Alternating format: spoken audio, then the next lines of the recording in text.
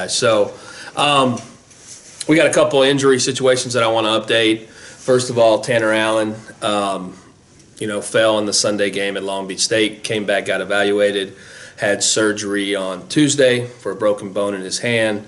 Right now we don't have a timetable for him to come back. Is where we're at with him. Injury number 2 is JT Ginn. He had been evaluated, had surgery yesterday on his elbow. He'll be out indefinitely.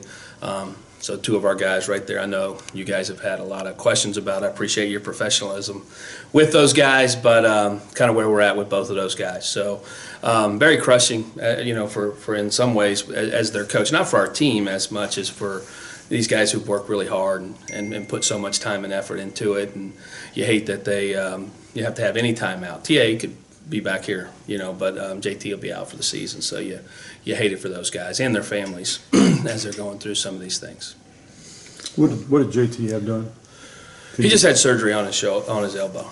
I can't go into everything on him for stuff, but he had that taken care of. So you said on Monday you were starting to make moves to change the rotation. Will that happen this weekend? Yeah, we're going to go Christian McLeod on Friday night, trying to get him bumped up, and we'll go with Will Bednar on Saturday, and we will go Eric Sarantola on Sunday. We'll be our rotation for the weekend. Will, obviously, has been a good long reliever for you. So, what have you seen from him that makes you think that he's ready to be weekend guy?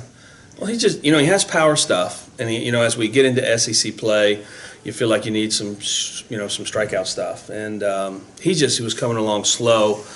He didn't pitch a lot in the fall because he had an injury coming out of high school. So he pitched a little bit in the fall and was slower than everybody else coming out of spring training. So we just used him as a reliever. So now having him out there full time and building him up, that's why even on Saturday we're building up his pitch count. If you watch him in some of those starts, we've been trying to get to 40 to 50 to 60, and he got in the mid-60s last week. So we feel like he's at that point.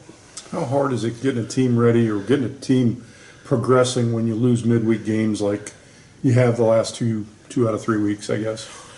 We've only had 1 week of midweeks, so we've lost the one. So it's tough. I mean, it was just, nobody wants to lose at home anywhere. So we've done a pretty good job with our midweeks. No, I mean, when I said lose, I mean not play. Oh, when you say not play, yeah, that's awful. So it's I feel like I need an ark down here. So I got construction in my house too. I can't, my backyard's a flood zone and the field's a flood zone, and so that's been pretty tough to deal with the last couple weeks too. But everybody's dealing with it. So we got to jump out there and be ready to play and get playing good baseball. So you're going to make these games up or at least find another couple of games and get back to 56 if that's possible? We're trying, but it's hard. I mean, it's hard when you get past the early part of the season because then you get into SEC play and you have other midweek scheduled. So, and this one's in Pearl. So this one's going to be the hardest one. Possibly the Sanford game. We've talked about some different things, but it's hard to make some of them up. Yeah. How do you plan to do right field? How do you plan to handle Tanner's spot in order? It's going to be matchup. We're trying to look at some different things. We're going to need some guys to play late in the game because they're better defensively. Some guys right-handed, some guys left-handed. We got a couple infielders we've shot out there too to see them. So we're doing it in a lot of different ways. Hopefully we get Tanner back in a couple weeks there, but we just don't know anything at this point right now. It could be, how he responds to everything. But we're just playing it by ear. With the USM game, does that have to be made up in Pearl or can it be made up here or in Hattiesburg? No, it's a Pearl game, but right now we don't have a date. So between us and them and the Braves, it just gets to be a little tricky. What's kind of the scouting report this weekend on Quinnipiac? Well, they played in a regional final last year at East Carolina, and East Carolina had to beat them twice. So they've got some guys in there who've played some big-time baseball and played in a big atmosphere. They like to run, so it's a team with some good base runners. I think they have 3 or 4 guys who had over 15 stolen bases last year, so I think we'll see somebody try to run. They've been on the road for a couple weeks, so they haven't played great to this point, but we know they have some potential in there to play good baseball from their past.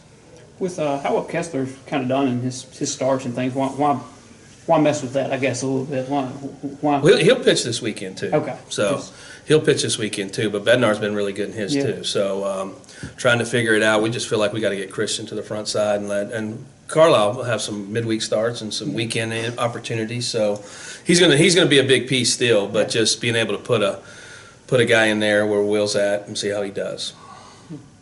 I believe before the season started, you mentioned Rokos is maybe a guy that could pitch some and things. Is he still? He's not available right now, so Okay. we're trying to get him back out there. But Gotcha. right now, we're fighting him a little bit too. Not him. He's doing everything he can, Yeah. but he's just trying to get him back out there to pitch. Same with Egan, just trying to work him back too from injury. But they're dealing with some minor stuff Gotcha. that we're trying to figure out. So. What was the reception of the team when you kind of told them the injury situation with Tanner and JT?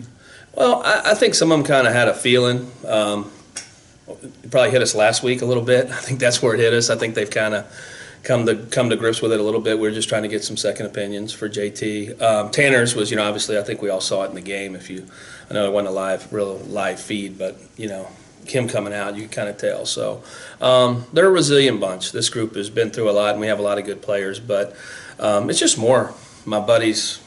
You hate to see somebody go through, have to go through some injury stuff. So I think that's the biggest piece. They're still confident they can go out there and play good baseball, but you just hate it for your teammate. Tanner was excited getting back in the lineup after the first injury. What does it feel like for him now? Yeah, I haven't talked to him well, I talked to him on the phone, but he's just, I'm sure he's disappointed. He was probably a little loopy when I talked to him. So, but he's such a tough kid. I mean, I went out there in the right field. He wouldn't let me take him out in that Long Beach game, and I told him to grab my hand. He grabbed my hand, shook it as hard as he could, and then I think it got him a couple innings later. So he's one of the toughest kids you'll coach. So he'll have to go through rehab, and we'll have to figure out everything. And hands are just tricky in baseball, especially for hitters. Anything else?